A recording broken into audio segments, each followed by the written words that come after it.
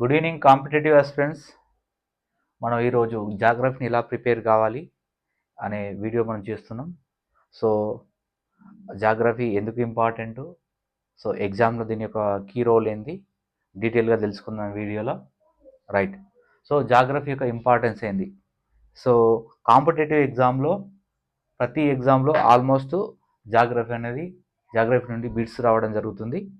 So ఈ జాగ్రఫీని first ఎందుకు discuss చేస్తున్నా అంటే, సో జాగ్రఫీ అనేది స్టాటిక్ సబ్జెక్ట్.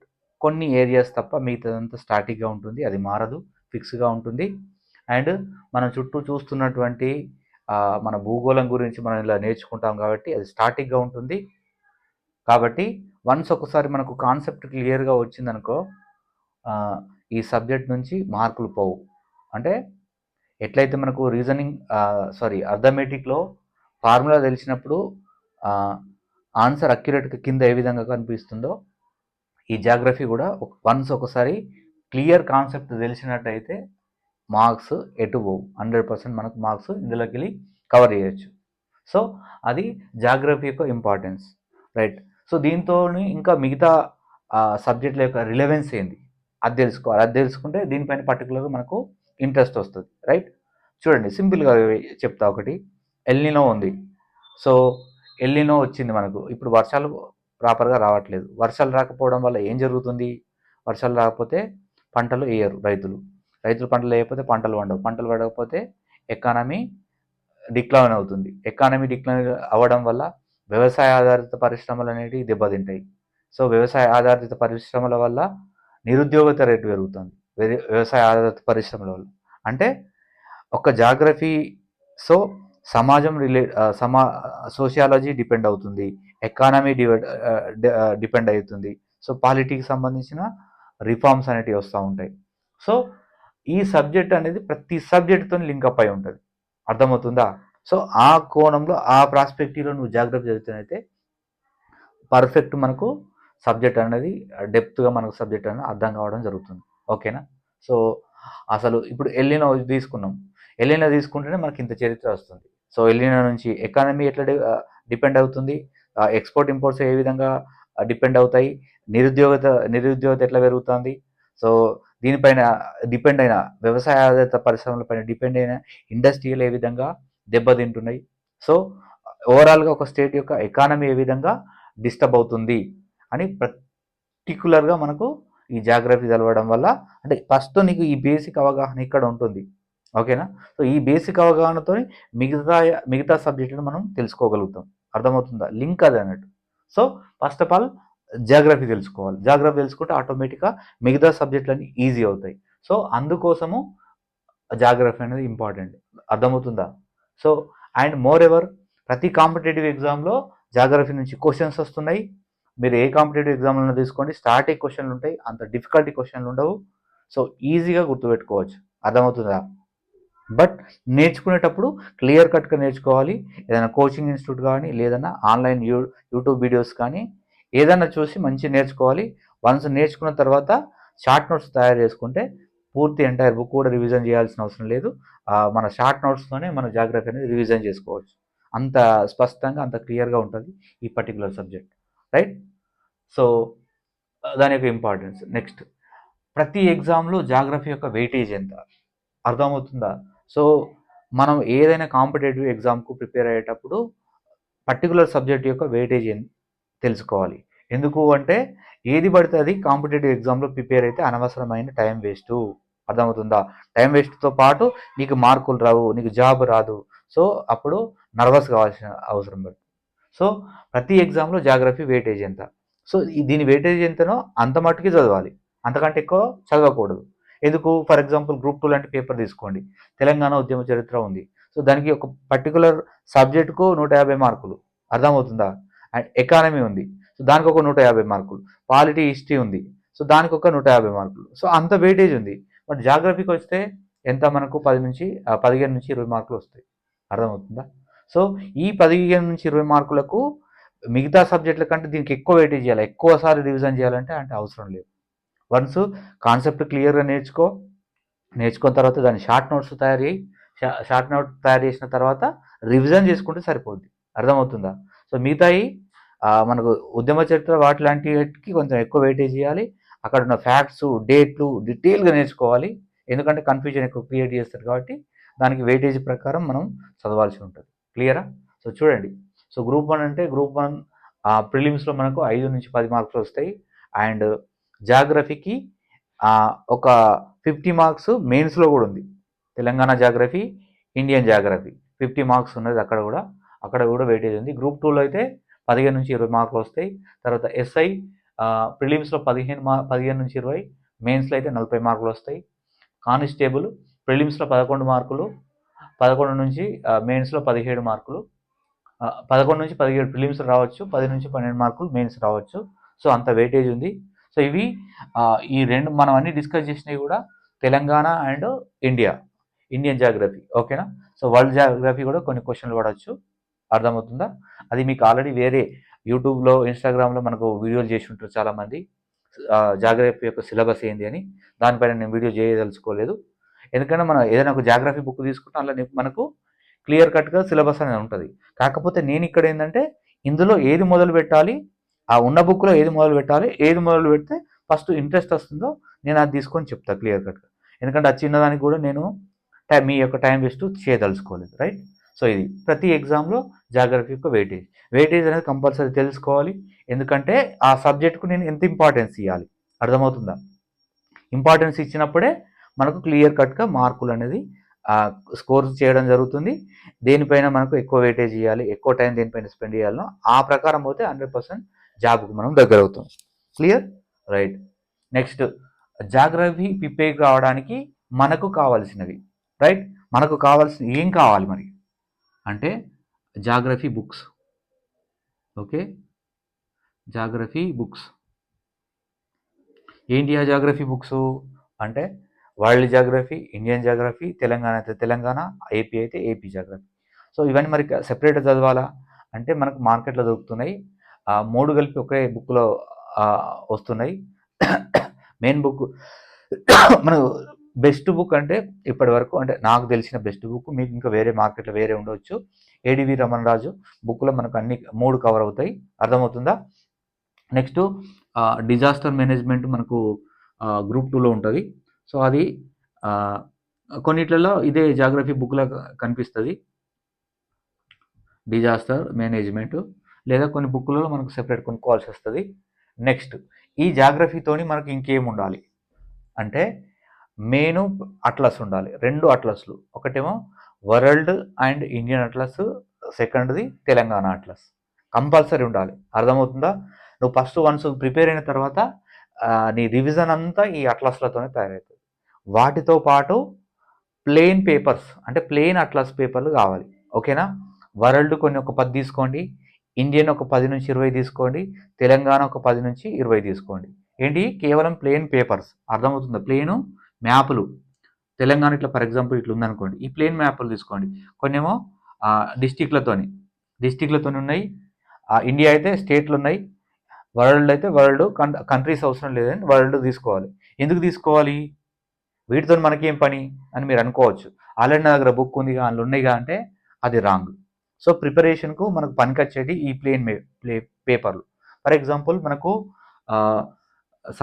సమశీతోష్ణ గడ్డి భూములు ఉన్నాయి, అర్థమవుతుందా? భూమధ్య రేఖ ప్రాంతాలు ఉన్నాయి. సో స్టెప్పీలు, టాండాలు ఇవన్నీ ఉంటాయి కదా, అవన్నీ వరల్డ్ మ్యాప్ తీసుకోవాలి, దానిపైన గుర్తించాలి. అర్థమవుతుందా? వరల్డ్లో ఉన్న నదులు, వరల్డ్లో ఉన్నటువంటి పర్వతాలు, యూరల్ పర్వతాలు కావచ్చు, ఇంకా ఆరల్ పర్వతాలు, ఎలాంటి పర్వతాలు ఉన్నా ఆ పర్వతాలు ఏ కంట్రీల నుంచి పోతున్నాయి. ఓకేనా? సో ఆ పర్వతాలని ఒక ప్లెయిన్ పేపర్, అర్థమవుతుందా? వరల్డ్ మ్యాప్ సంబంధించిన ఎలాంటి గీతలు, ఎలాంటి రాతలు లేనటువంటి ప్లెయిన్ పేపర్ తీసుకొని అందులో నీ వరకు నువ్వు గుర్తించి పెట్టుకో. పర్వతాలు, సముద్రాలు, అర్థమవుతుందా?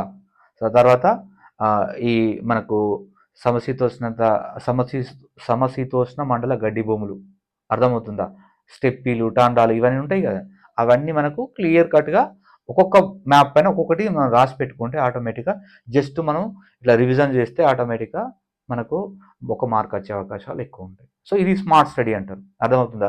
ఫర్ ఎగ్జాంపుల్ ఇప్పుడు మనం సముద్ర శాస్త్రం చదువుతాం, సముద్ర శాస్త్రం సంబంధించిన సముద్ర ప్రవాహాలు ఉంటాయి. అర్థమవుతుందా? సో పసిఫిక్ మహాసముద్రంలో ఉష్ణ ప్రవాహాలు ఏవి, శీతల ప్రవాహాలు. ఒక వరల్డ్ మ్యాప్ తీసుకో, అర్థమవుతుందా? వరల్డ్ మ్యాప్ ఉష్ణ ప్రవాహాలు ఏది, శీతల ప్రవాహాలు. ఒకటి ఒక్క పేపర్ మీద రాసినాం అనుకో ఖచ్చితంగా ఒక మార్క్. అర్థమవుతుందా? ఇది.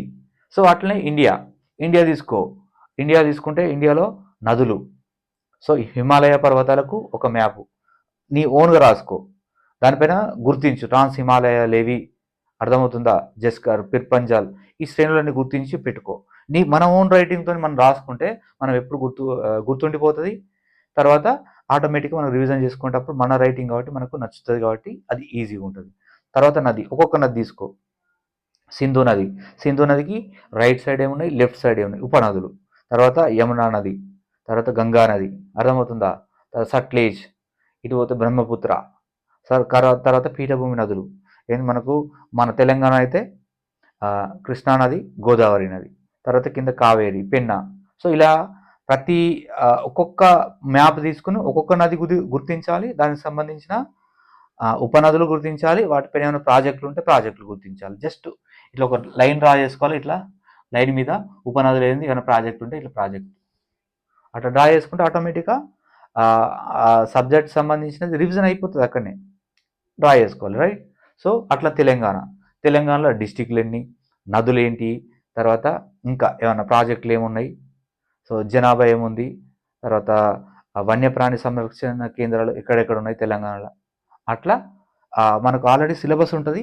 ఆ సిలబస్లో చూసుకుంటా ఒక్కొక్క సబ్జెక్టుకు ఒక్కొక్క టాపిక్ ఒక్కొక్క పటం తీసుకొని అందులో మనకు ఆ ప్లేన్ మ్యాప్లో మనం డ్రా చేసుకున్నట్టు అయితే అవి మనకు రివిజన్గా చాలా ఉపయోగపడతాయి. ఓకేనా? సో ఫస్ట్ మనం ఈ తయారు చేసుకోవడానికి కొంత టైం తీసుకుంటుంది, ఓపిక కొంచెం తయారు చేసి పెట్టుకోవాలి. తర్వాత టక్క టక్క టక్క టక్క నీకు రోజు ఒక 10 నిమిషాలు, రోజు ఒక 2 నిమిషాలలో మనకు రివిజన్ అయిపోతుంది. సబ్జెక్ట్ అంత డెప్త్ చదవాల్సిన అవసరం లేదు. సో జాగ్రఫీ ప్రిపేర్ కావడానికి కావాల్సిన ఏంటి, జాగ్రఫీ బుక్, 2 అట్లస్లు, తర్వాత ప్లెయిన్ పేపర్లు, 3 world, Telangana, Indian. So AP వాళ్ళు అయితే ఏపీ ప్లెయిన్ పేపర్లు తీసుకోవాలి. ప్లెయిన్ పేపర్లు మనకు మార్కెట్లో దొరుకుతాయి, ఆన్లైన్లో ఆర్డర్ చేసుకోవచ్చు, లేదా ఆన్లైన్లోకి వెళ్ళి నెట్లోకి వెళ్ళి డౌన్లోడ్ చేసుకొని బయట జిరాక్స్ సెంటర్లో కూడా ప్రింట్అవుట్ తీసుకోవాలి, తీసుకొని మనం ఓన్గా తయారు చేసుకోవాలి. అట్లా మొత్తం జాగ్రఫీ అంతా ఆ మ్యాప్లలోనే మొత్తం కవర్ అవుతుంది. ఆల్మోస్ట్ 90% జాగ్రఫీలోనే కవర్ అయిపోతుంది. ఇది ఒక మంచి స్ట్రాటజీ, ఇది మేము ఫాలో అవుతుంది, రైట్? నెక్స్ట్ ఇతర సబ్జెక్టులతో అనుసంధానం ఎంచుకోవడం ఎలా, రైట్? సో ఇతర సబ్జెక్టులు ఏంటి చూడండి. ఇతర సబ్జెక్టు ఫర్ ఎగ్జాంపుల్ నువ్వు తెలంగాణ అభ్యర్థి అనుకో. సో తెలంగాణ ఉద్యమ చరిత్రలో మనకు నీళ్లు, నిధులు, నియామకాలని మనం చదువుకుంటాం. సో నీళ్లు అంటే నదులు, అర్థమవుతుందా? సో నదులు మన తెలంగాణలో ఏ నదులు పోతున్నాయి ఫస్ట్ నీకు తెలిసి ఉండాలి, అర్థమవుతుందా? దానికి పరివాహక ప్రాంతం ఎంత ఉంది అని డీటెయిల్గా తెలిసి ఉండాలి. సో ఇక్కడ వన్స్ నువ్వు జాగ్రఫీ నువ్వు తెలంగాణకు సంబంధించిన నదులు, ఉపనదులు, ప్రాజెక్టులు ఇక్కడ నువ్వు క్లియర్ అయినావనుకో ఆటోమేటిక్గా తెలంగాణ ఉద్యమ చరిత్రలో తెలంగాణలో ఏ నదులు ప్రవహిస్తున్నాయి, ఆంధ్ర ప్రభుత్వం ఉన్నప్పుడు ఎక్కడెక్కడ ఆనకట్టలు కట్టారు, ఎక్కడెక్కడ నెగ్లెక్ట్ చేశారు. సో ప్రజెంట్ మనం ఏం కట్టుకున్నాం డీటెయిల్గా నీకు ఆ సబ్జెక్టు పూర్తిగా అర్థమవుతుంది. అంటే నీళ్ళకు సంబంధించిన పూర్తి సబ్జెక్టు నీకు తెలంగాణ ఉద్యమ చరిత్రలో నీకు అర్థం కావాలంటే ఫస్ట్ జాగ్రఫీ చదవాలి, అర్థమవుతుందా? తెలంగాణ జాగ్రఫీ చదివితే తెలంగాణ జాగ్రఫీకి సంబంధించిన ఆ నదులకు సంబంధించిన పూర్తి ఇన్ఫర్మేషన్ నీకు వస్తుంది. ఈ ఇన్ఫర్మేషన్ ఆ సబ్జెక్ట్లో ఇంప్లిమెంట్ చేస్తే సో 1/3 సబ్జెక్టు తెలంగాణ ఉద్యమ చరిత్ర అయిపోతుంది అక్కడ. సో ఇది జాగ్రఫీ నుంచి తెలంగాణ ఉద్యమ చరిత్రను అనుసంధానం చేయడం. నెక్స్ట్ సో జాగ్రఫీని ఎకానమీకి ఎట్లా అనుసంధానం చేయడం చూడండి. సో మనకు జనాభా ఉంటుంది, అర్థమవుతుందా? సో జనాభా ఎక్కడ చదివినా గదే జనాభా. సో ఈ జనాభా మనకు ఇండియన్ జాగ్రఫీలో, ఇండియన్ ఎకానమీలో ఉంటుంది. సో జనాభాకు సంబంధించిన పూర్తి ఇన్ఫర్మేషన్ ఇక్కడ గదే జనాభా ఉంటుంది, అక్కడ గదే జనాభా ఉంటుంది. కొంత స్లైట్గా అటు ఇటు వేరియేషన్ ఉండొచ్చు. సో వన్స్ ఒక సబ్జెక్ట్లో నువ్వు జనాభా చదివినావు అనుకో ఆటోమేటిక్గా ఎకానమీలో కూడా జనాభా అయిపోతుంది. నెక్స్ట్ ఇక్కడ వ్యవసాయం చదువుతావు, అర్థమవుతుందా? సో మనకు జాగ్రఫీలో ఒక వ్యవసాయం చదివితే ఆటోమేటిక్గా ఒక 50 to 60% వ్యవసాయానికి సంబంధించిన ఇన్ఫర్మేషన్ మొత్తం ఇండియన్ జాగ్రఫీలో కవర్ అవుతుంది. తెలంగాణ జాగ్రఫీలో కూడా వ్యవసాయం చదువుతావు. సో ఇదే వ్యవసాయం నీకు తెలంగాణ ఎకానమీలో ఉంటుంది అండ్ ఇండియన్ ఎకానమీలో ఉంటుంది. వ్యవసాయం గురించి వ్యవసాయ పరిశ్రమలు, తర్వాత ఇంకా వాటికి రుణాలు, రుణాలు ఎట్లా, ఇవన్నీ డీటెయిల్గా వ్యవసాయం సంబంధించిన ఎక్స్పోర్ట్ ఎట్లా, ఇంపోర్ట్ ఎట్లా, డీటెయిల్గా రుణ సహాయం ఎట్లా, ఇన్ఫర్మేషన్ పూర్తిగా అక్కడ మనకు ఎకానమీలో ఉంటుంది. అంటే ఫస్ట్ నువ్వు క్లియర్గా వ్యవసాయం అంటే ఏంటి, వ్యవసాయం నీటిపారుదల ఏంటి, డీటెయిల్గా ఇక్కడ అర్థం చేసుకున్న తర్వాత నీకు ఎకానమీలో చాలా ఈజీ. అట్లా జనాభా కూడా. ఓకే, నెక్స్ట్ రవాణా వ్యవస్థ ఉంది, అర్థమవుతుందా? సో రవాణా వ్యవస్థ తెలుసుకుంటే మనకు ట్రాన్స్పోర్టేషన్ ఈజీ, అర్థమవుతుందా? సో ఇట్లా ఒక సబ్జెక్ట్ చదివితే ఇంకో సబ్జెక్టు ఆటోమేటిక్గా చాలా సబ్జెక్టులు మనకు ఓదానికోటి ఇంటర్లింక్డ్ అయి ఉంటాయి, అర్థమవుతుందా? సో ఈ సబ్జెక్ట్ నువ్వు చదివితే అక్కడ ఆటోమేటిక్గా కవర్ అయినట్టే. మనం ఏం చేయాలంటే ఈ చూడండి, ఇక్కడ చాలా ఇంపార్టెంట్. ఒక సబ్జెక్ట్ ఫర్ ఎగ్జాంపుల్ వ్యవసాయం తీసుకున్నావు, ఏడా ఇండియన్ జాగ్రఫీ వ్యవసాయం తీసుకున్నావు, వ్యవసాయం అయిపోయింది. సైమల్టేనియస్గా తెలంగాణ వ్యవసాయం తీసుకోవాలి, ఏపీ అయితే ఏపీ వ్యవసాయం ప్యారలల్గా అయిపోతుంది. సో ఇండియాలో ఏమేమి పంటలు ప్రధాన పంటలు పండుతాయి, వ్యవసాయ పద్ధతులు ఏంది, అట్లనే తెలంగాణకు వస్తే తెలంగాణ ఏ వాతావరణ మండలం కిందకి వస్తుంది, తెలంగాణ మేజర్ వ్యవసాయం ఏంది, ఇంపోర్ట్స్ ఏంది, ఎక్స్పోర్ట్ ఏంది, డీటెయిల్గా ఒకటే ప్యారలల్గా అయిపోతాయి, అర్థమవుతుందా? సో సో ఇండియన్ అయిపోయింది, ఇండియన్ జాగ్రఫీలో వ్యవసాయం అయిపోయింది, తెలంగాణ ఆర్ టీజీఆర్ ఏపీ అయిపోయింది. నెక్స్ట్ ఎకానమీ సైమల్టేనియస్గా అక్కడే, అర్థమవుతుందా? సో ఈ చాప్టరు ఎకానమీ కూడా అప్పుడే కవర్ చేసేయాలి. అంటే నీకు మూడిట్లలో ఒకటేసారి కవర్ అయిపోయింది. సో జాగ్రఫీలో అయిపోయింది, ఎకానమీలో అయిపోయింది, అండ్ స్టేట్ సంబంధించిన జాగ్రఫీ అయిపోయింది, స్టేట్కి సంబంధించిన ఎకానమీ కూడా అయిపోతుంది. ఇట్లా ఒక సబ్జెక్టు ఇంకో సబ్జెక్ట్తో ఒకటేసారి లింక్ చేసి ఒక్కటేసారి కంప్లీట్ చేసేయాలి, మళ్ళీ ఛాన్స్ ఇవ్వద్దు, అర్థమవుతుందా? ఎందుకంటే ఇక్కడ నువ్వు చదివిన వ్యవసాయం, ఎకానమీలో చదివిన వ్యవసాయం రెండూ కలిపితే మంచి సబ్జెక్ట్ వస్తుంది, అర్థమవుతుందా? లింకు అర్థమవుతుంది. సో డీటెయిల్గా చాలా డెప్త్ అర్థమవుతుంది, మనం ఎట్లా నోట్స్ తయారు చేసుకోవాలని నీకు క్లియర్ కట్గా అర్థమైపోతుంది, అర్థమవుతుందా? రైట్. సో ఇది ఒక సబ్జెక్టు ఇంకో సబ్జెక్టుతో అనుసంధానించేది ఎలా. ఇప్పుడు జాగ్రఫీలో జనాభా చదువుతున్నావు, సో జనాభా అంటే జనాభా లెక్కలు అండ్ ఇండియాలో ఉన్నటువంటి లేదా తెలంగాణలో ఉన్నటువంటి తెగల గురించి చదువుతావు. సో ఇదే జనాభా ఇదే తెగలు మనకు సోషియాలజీలో వస్తుంది, అర్థమవుతుందా? సోషియాలజీలో మొదటి చాప్టర్. సో మొదటి చాప్టర్లో జనాభా జాతులు, భారత్లోని జనాభా రకాలు, సో ఇవన్నీ సోషియాలజీలో ఫస్ట్ చాప్టర్లో వస్తుంది. అంటే నువ్వు ఇక్కడ చదివితే ఆటోమేటిక్గా అక్కడ నీకు అడ్వాంటేజే. బట్ ఈ విధంగా మనకు ఏ చాప్టర్లో ఒక టాపిక్ లింక్ అయ్యిందో తెలియకపోతే ఎక్స్ట్రా చదవాల్సి వస్తుంది, అర్థమవుతుందా? ఇన్ఫర్మేషన్ గుర్తుండదు. సో అదే సోషియాలజీలో మనకు ఎస్సీ ఎస్టీల గురించి, తర్వాత బీసీల గురించి డీటెయిల్గా చదువుతాం ఆడ. అంటే ఇక్కడ కొంత నీకు ప్రైమరీ నాలెడ్జ్ ఇక్కడ ఉంటే సోషియాలజీ ఆ చాప్టర్ అనేది చాలా సింపుల్, ఈజీగా అయిపోతుంది అన్నట్టు, అంత క్లియర్. ఇది లింక్ చేసుకోవడం అన్నట్టు. Next world, Indian and AP geography ఒకేసారి ఏ విధంగా చదవాలి, రైట్? సో వరల్డ్ ఇప్పుడు జనాభా గురించి చదువుతున్నాం అనుకోండి. సో వరల్డ్ జనాభా, ఇండియన్ జనాభా, ఏపీ కానీ టీజీ జనాభా ఒకటేసారి చదవాలి. సో వ్యవసాయం, సో మనకు వరల్డ్ అనేది కాంపిటేటివ్ ఎగ్జామ్లో చాలా తక్కువ, యూపీఎస్లో 1-2 వస్తాయి, మన స్టేట్లో అయితే కొన్ని తక్కువ వరల్డ్ నుంచి అడిగేది. సో వరల్డ్ని కొంచెం వరకు ఇగ్నోర్ చేయొచ్చు. మెయిన్ మనం ఇండియన్ అండ్ తెలంగాణ లేదా ఏపీ జాగ్రఫీ చదివేటప్పుడు ఏదైతే నువ్వు ఇండియాలో చదువుతున్నావో అదే టాపిక్ మన స్టేట్లో ఉంటే ఒకటేసారి చదివేసేయాలి, ఒకటేసారి స్మార్ట్గా నోట్స్ తయారు చేసి పెట్టుకోవాలి, అర్థమవుతుందా? తయారు చేసి పెట్టుకుంటే మనకు ప్యారలల్గా అంతా అర్థమైపోతుంది. సో ఇండియా అంటే మళ్ళీ ఇండియాలోనే one of the state AP కానీ టీజీ కానీ, అర్థమవుతుందా? ఇండియా చదివితే నువ్వు స్టేట్ చదివినట్టే, కాకపోతే ఇక్కడ మనం ఏంటంటే కొంచెం స్పెసిఫిక్గా డీటెయిల్గా మనం చదువుతాం, అర్థమవుతుందా? సో కాబట్టి ఒకటేసారి ప్యారలల్గా చదవాలి, మళ్ళీ చదవద్దు. సో ఈ బుక్ కంప్లీట్ అయినాక ఈ బుక్ కంప్లీట్ చేస్తా అంటే ఈ బుక్ చదువు, ఎక్కడ ఇలా లేని సబ్జెక్టులు నువ్వు సెపరేట్గా చదువు, అర్థమవుతుందా? అండ్ ఇది కూడా స్టేట్ కానీ ఇది కానీ స్టేట్ యొక్క నైసర్గిక స్వరూపం ఉంటుంది, అర్థమవుతుందా? ఫిజియోగ్రఫీ ఇంకేమైనా ఇండియాలో లేని ఏమైనా స్పెసిఫిక్ ఉంటే దాని గురించి చదువు. పర్యాటకం ఉంది, సో ఇండియాలో పర్యాటకం ఉంటుంది, అక్కడ పర్యాటకుడు, కాకపోతే స్టేట్ పర్యాటకం అనేది సెపరేట్ అట్లా. సో డీటెయిల్ అంటే మైన్యూట్గా వెళ్తాం కాబట్టి కొంచెం సెపరేట్గా మనం చదవాల్సి ఉంటుంది, కాబట్టి ఆ కొన్ని సబ్జెక్టులు మాత్రం సెపరేట్ చదువుకోవాలి, తప్పదు. అంటే ఇండియా ఫస్ట్ కంప్లీట్ చేయి, తర్వాత ఏపీ అనే స్టేట్, ఎందుకంటే ఇది పెద్దది కాబట్టి పెద్దది కాబట్టి ఫస్ట్ ఇది చదవాలి, తర్వాత చిన్నదానికి రావాలి. క్లియర్? నెక్స్ట్ షార్ట్ నోట్స్ తయారు చేసుకోవడం ఎలా?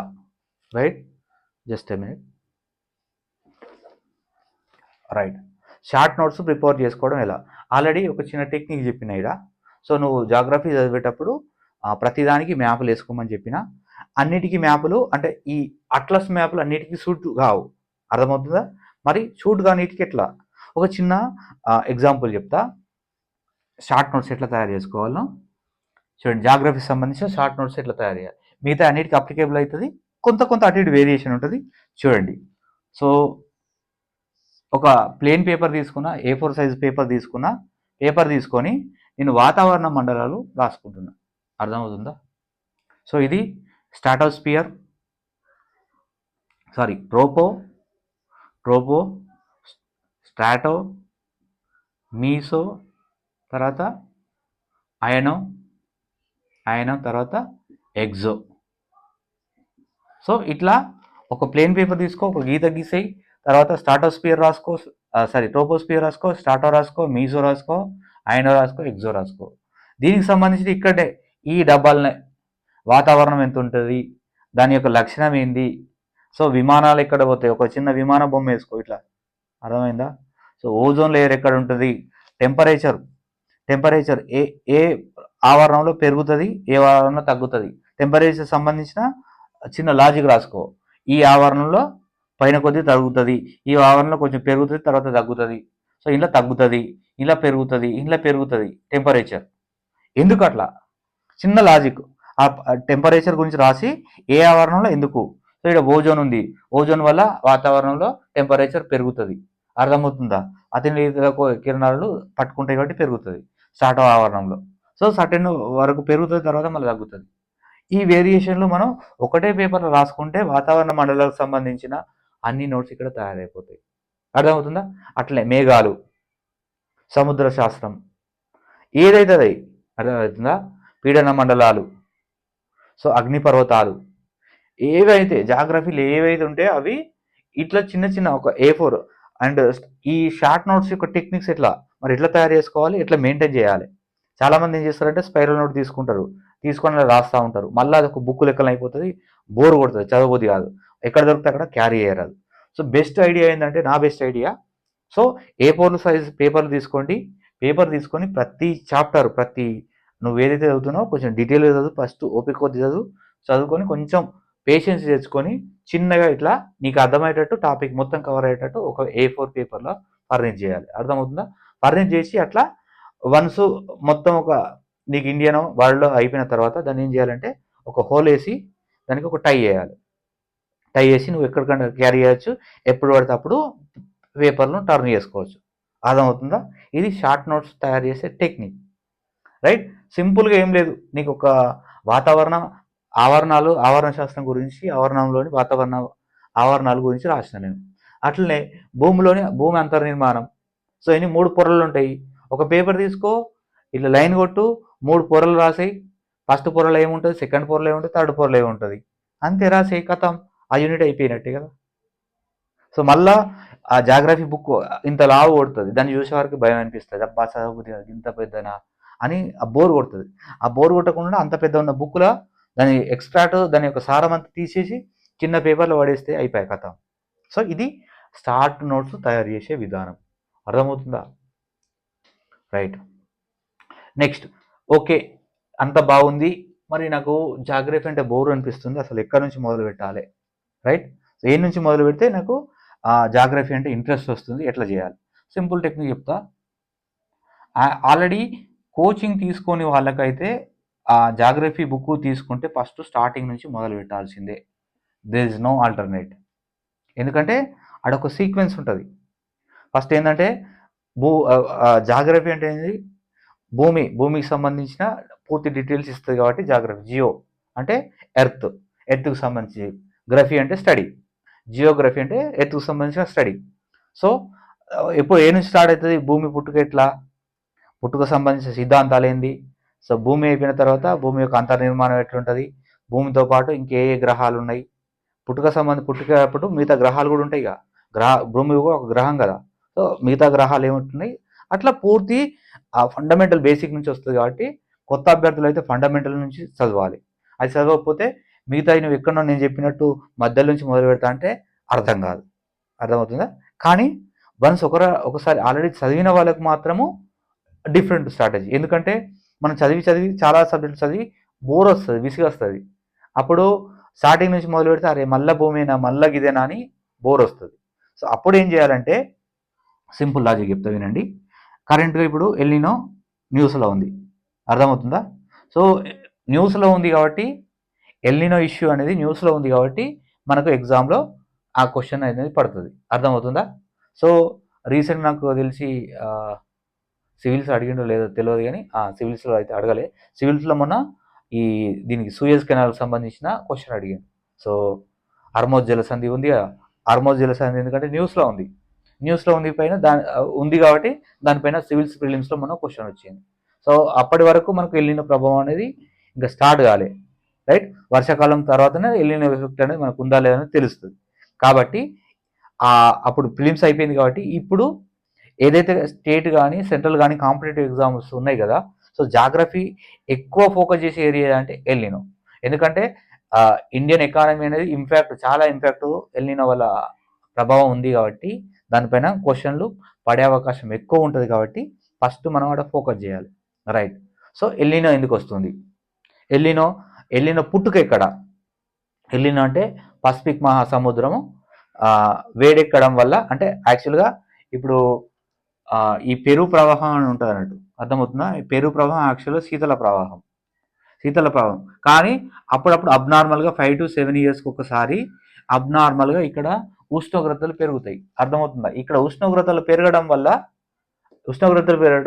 భారత్లో ఉన్నటువంటి ఋతుపవనాలు అనేవి ఇంపాక్ట్ అవుతాయి. అర్థమవుతుందా? ఋతుపవనాలు అనేవి బలహీనపడతాయి. ఎందుకంటే ఈ వేడి వల్ల ఈ వర్షం యొక్క నీళ్లు అనేది ఈ ఆవిరై ఈ వేడికి వెళ్ళిపోతూ ఉంటాయి. సో మేఘాలు పలచబడి వర్షం రాదు. అర్థమవుతుందా? అంటే ఇప్పుడు చదవాల్సింది ఏంటి? నువ్వు సముద్ర శాస్త్రం పోవాలి. అక్కడ సముద్ర ప్రవాహాలేంది, శీతల ప్రవాహాలేంది, ఉష్ణ ప్రవాహాలేంది. సో ఇది శీతల ప్రవాహం అంటే పెరు ప్రవాహం అనేది శీతల ప్రవాహం తెలుసుకోవాలి. అక్కడ ఉష్ణ ప్రవాహం, ఉష్ణము అనుకోకుండా అన్ఎక్స్పెక్టెడ్ ఉష్ణం వచ్చింది అంటే వేడి రావడం వల్ల ఋతుపవనాలు బలహీనపడ్డాయి. అంటే సముద్ర శాస్త్రం చదువుతున్నావు, సముద్ర శాస్త్రంతో పాటు ఋతుపవనాలు చదువుతున్నావు. అర్థమవుతుందా? ఫస్ట్ సముద్ర శాస్త్రం పుట్టుక ఎక్కడ? సముద్ర శాస్త్రం నుంచి ఋతుపవనాలు వస్తున్నావు, ఋతుపవనాలకు పోయి వర్షపాతం అంటున్నావు. అర్థమవుతుందా? ఇట్లా లింకేజ్, ఓకేనా? వర్షపాతానికి కారణం ఏంది అంటే టెంపరేచర్ గురించి చదువుతావు వరల్డ్ జాగ్రఫీలో. అర్థమవుతుందా? ఫిజికల్ జాగ్రఫీలో టెంపరేచర్ చదువుతావు, తర్వాత ప్రెషర్ పీడనం చదువుతావు.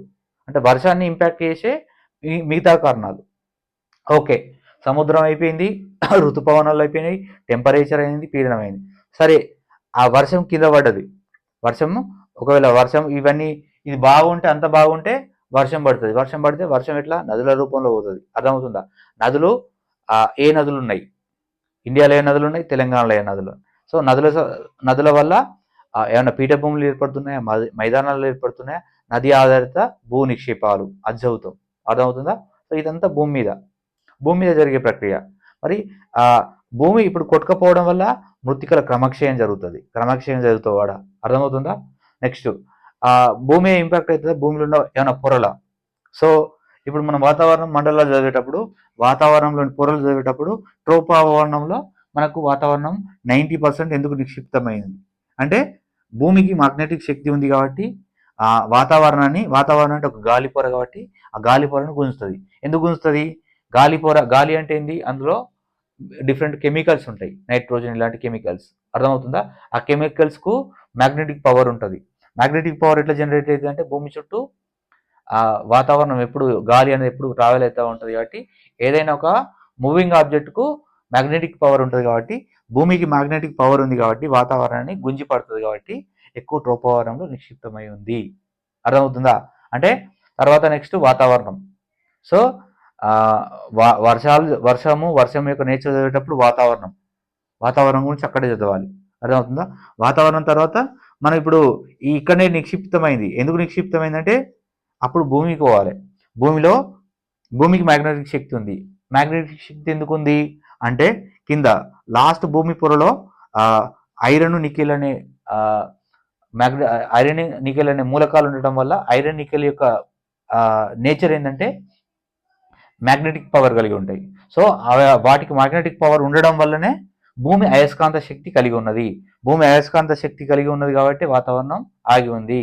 సో న్యూటన్ల యొక్క లా దీని వల్లనే ప్రూవ్ అయింది. అంటే ఒక ఆపిల్ పైకి ఇస్తే కిందికి ఎట్లా పడ్డది అంటే మ్యాగ్నెటిక్ శక్తి ఉంది, భూమి ఆకర్షణ శక్తి ఉంది కాబట్టి. భూమి ఆకర్షణ శక్తి ఎట్లా వచ్చింది? ఐరన్ నికెల్ ఉండడం వల్ల. అర్థమవుతుందా? సో ఐరన్ ఒకటి నికెల్ ఒకటేనా అంటే కాదు. భూమి సూర్యుని చుట్టూ తిరుగుతుంది అంటే ఒక రొటేటింగ్ బాడీ ఇంకొక బాడీ చుట్టూ తిరిగినప్పుడు ఆటోమేటిక్గా మ్యాగ్నెటిక్ పవర్ అనేది జనరేట్ అవుతుంది. సో ఇన్ని కాన్సెప్ట్లు ఉన్నాయి చూడండి. అంటే ఫస్ట్ వాతావరణం చదువుతాం, వాతావరణం పొరలు చదువుతాం, వాతావరణం ఎందుకు నిక్షిప్తమైన చదివినాం, తర్వాత మ్యాగ్నెటిక్ శక్తి అని తెలుసుకున్నాం. శక్తి అంటే మరి ఎక్కడ ఉంది అది, మళ్ళీ భూమి యొక్క అంతర్నిర్మాణం చదవాలి. నెక్స్ట్ అర్థమవుతుంది. వాతావరణం కంప్లీట్ అయినాక మళ్ళీ వెనుకకు రావాలి. భూమి ఏంది, భూమిలో ఎన్ని పొరలు ఉన్నాయి, ఎన్ని పొరలలో ఏమేమి దాగి ఉన్నాయి అని చదువుతాం. ఇక్కడే మళ్ళీ శిలలు చదువుతాం. భూమి పొరలు చదివేటప్పుడే శిలలు ఎట్లున్నాయి అర్థమవుతుందా, ఎన్ని రకాల శిలలు ఉన్నాయి, ఆ శిలల వల్ల ఏ రకాల నేలలు ఏర్పడతాయి అర్థమవుతుందా. సో ఇప్పుడు నల్లరేగడి నేలలు ఉన్నాయి. నల్లరేగడి నేలలు ఎట్లా ఏర్పడతాయి అంటే అగ్నిపర్వతాల విస్ఫోటనం వల్ల లావా చల్లబడడం, ఆ లావా కరిగి నల్లరేగడి నేలలు ఏర్పడతాయని మనం చదువుకుంటాం. ఓకేనా. రెడ్ సాయిల్, బసాల్ట్ శిలల వల్ల రెడ్ సాయిల్స్ ఏర్పడతాయని. ఈ శిలలు ఎక్కడున్నాయి మరి, ఆ శిలలు ఎట్లా రూపాంతరం చెందినాయి, అవి ఎట్లా ఏర్పడ్డాయి అంటే భూమి యొక్క అంతర్నిర్మాణం చదువుకుంటాం, అక్కడే మనం శిలలు చదువుకుంటాం. దీంతో పాటు భూకంపాలు చదువుతాం, అగ్నిపర్వతాలు.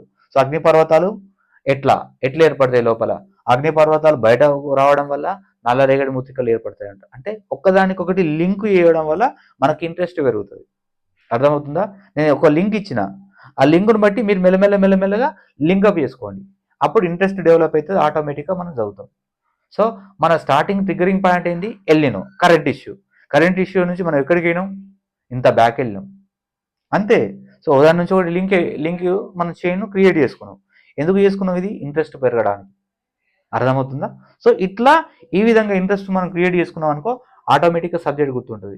నేను వెళ్ళిన అనగానే నాకు సముద్ర శాస్త్రం గుర్తొచ్చింది, ఆ ఉష్ణ ప్రవాహాలు, ఈ ప్రవాహాలు గుర్తొచ్చినాయి. సో నువ్వు కూడా ఆల్రెడీ సబ్జెక్టు అట్లా లింకప్ చేసుకున్నావు అనుకో, ఆటోమేటిక్గా చదవకుండానే మన సబ్జెక్ట్ అంతా లింకప్ చేసుకుంటాం. అర్థమైన సబ్జెక్టు లింకప్ చేసినప్పుడు నీకు ఏమైనా గుర్తురాదనుకో, మళ్ళీ ఆటోమేటిక్గా అక్కడ పోయి రిపేర్ చేస్తావు. ఇది చదివే విధానం, ఇది స్మార్ట్గా చదివే విధానం. ఇలా చేయకపోతే కష్టం. ఎందుకంటే మొనాటనస్గా అందరూ చదివినట్టుగా నేను starting book paper page number 1 నుంచి మొదలెట్టి చదువుతా అంటే ఇంట్రెస్ట్ రాదు మోస్ట్లీ. అర్థమవుతుందా. ఎంత కాంపిటేటివ్ ప్రిపేర్ అయినా, ఎంత నీకు నువ్వు మోటివేట్ చేసుకున్నా, ఎంతమంది మోటివేషన్ వీడియోస్ చూసినా కానీ కొంత స్లాగ్నెస్ అనేది వస్తుంది. ప్రతి ఒక్కరికి అది కామన్, నాకు కూడా కామన్. కాకపోతే నేను చెప్పినట్టు వెరీ ఇంట్రెస్టింగ్ టాపిక్ లేకుండా అక్కడ నుంచి మిగతా వాటికి లింకప్ చేస్తే ఆటోమేటిక్గా సబ్జెక్ట్ అనేది మంచి ఇంట్రెస్ట్ వస్తుంది, ఆటోమేటిక్గా మార్కులు స్కోర్ చేయడానికి అవకాశం ఎక్కువ ఉంటుంది. నెక్స్ట్ అండ్ సో ఓకే సరే, నేను ఒక కొత్త పర్సన్ని ఇప్పుడే ప్రిపేర్ అవుతున్నా, కాంపిటేటివ్ దిగినా, నేను ఇట్లా స్టార్ట్ చేయాలి అంటే ఫస్ట్ ఫిజికల్ జాగ్రఫీ తీసుకోవాలి.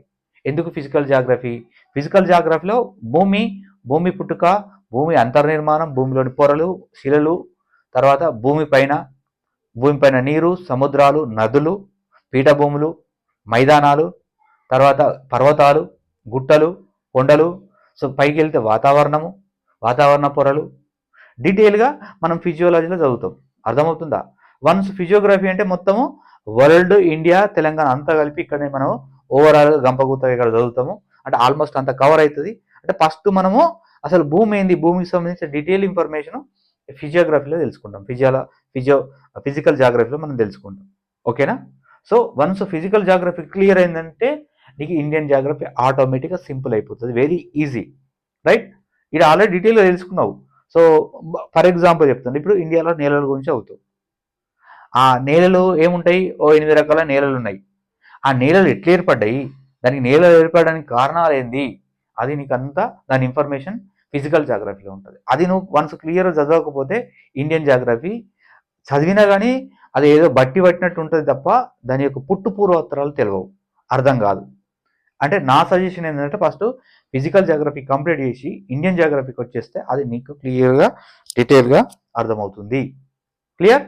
దాంతోపాటు first physical geography, Indian geography అయినాక స్టేట్ జాగ్రఫీ. ఎందుకంటే state is the one of the part of India. So India is the one of the part total world. అట్లా అంటే ఫస్ట్ వరల్డ్, తర్వాత India, తర్వాత state. ఈ విధంగా ఒక సీక్వెన్స్గా ఫాలో అయితే ఆటోమేటిక్గా జాగ్రఫీ అనేది క్రిస్ప్గా మన హ్యాండ్లో ఉంటుంది. సో ఇది చాలా అసలు దాన్ని జాగ్రఫీ మనము ఇంత ప్యాషన్ కొద్ది చదివినాం అనుకో, ఎంత గూస్ బంప్స్ వస్తాయంటే అంత మంచిగా ఉంటుంది సబ్జెక్ట్. దానిలో అంత బ్యూటీ ఉంటుంది. కానీ మనకు కోచింగ్ ఇన్స్టిట్యూట్లో ఎక్కడనో లేదా మన ఓన్గా చదివేటప్పుడు మనకి ఇలాంటి ఇన్పుట్స్ ఇచ్చేవాళ్ళు లేకపోతే కొంచెం జాగ్రఫీ అనేది డిఫికల్ట్ సబ్జెక్టు. ఏదో నార్మల్ సబ్జెక్ట్ చదువుతాము, అది గుర్తుండదు, అర్థం కాదు. సో దీన్ని ఒక మంచి సబ్జెక్ట్ చదివితే ఆటోమేటిక్గా అక్యురేట్గా పర్ఫెక్ట్ మార్కులు తీసుకొని వస్తుంది. ఎలాంటి ట్విస్ట్ ఉండదు, ఇక్కడ అక్యురేట్గా మార్కులు వస్తాయి.